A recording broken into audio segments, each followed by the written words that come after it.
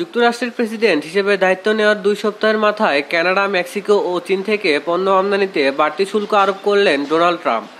স্থানীয় সময় গত শনিবার 3 দেশের পণ্য আমদানিতে শুল্ক আরোপের সংক্রান্ত পৃথক 3টি নির্বাহী আদেশে ট্রাম্প সই করেন। আদেশ অনুযায়ী কানাডা, মেক্সিকো 25% হারে শুল্ক দিতে হবে, তবে কানাডার জ্বালানি পণ্যে শুল্ক হার হবে 10%। এছাড়া চীনের পণ্যে বর্তমান হারের অতিরিক্ত 10% শুল্ক আরোপ করা হয়েছে। এর নির্দেশ মঙ্গলবার 4 ফেব্রুয়ারি থেকে কার্যকর হবে। বাণিজ্য চুক্তির আওতায় কানাডা ও মেক্সিকো যুক্তরাষ্ট্রে বিনা শুল্কে অথবা স্বল্প শুল্কে পণ্য রপ্তানি করত। ট্রাম্প আগেই বলেছিলেন তিনি দায়িত্ব নিয়েই কানাডা, মেক্সিকো ও চীনের ওপর শুল্ক আরোপ করবেন। কারণ হিসেবে তিনি যুক্তরাষ্ট্রে অবৈধ অভিবাসন ও মাদক পাচার ঠেকানোকে সামনে এনেছিলেন। আগের ঘোষণা অনুযায়ী তিনি শুল্ক আরোপ করলেন। ট্রাম্পের এ পদক্ষেপ বাণিজ্য যুদ্ধের সংখ্যা তৈরি করেছে, কারণ কানাডা, মেক্সিকো ও চীন পাল্টা পদক্ষেপেরও ঘোষণা দিয়েছে। অর্থনীতিবিদদের আশঙ্কা, এসব পদক্ষেপ বৈশ্বিক প্রবৃদ্ধিতে মন্দাভাব ও মূল্যস্ফীতি বেড়ে যাওয়ার কারণ হতে পারে।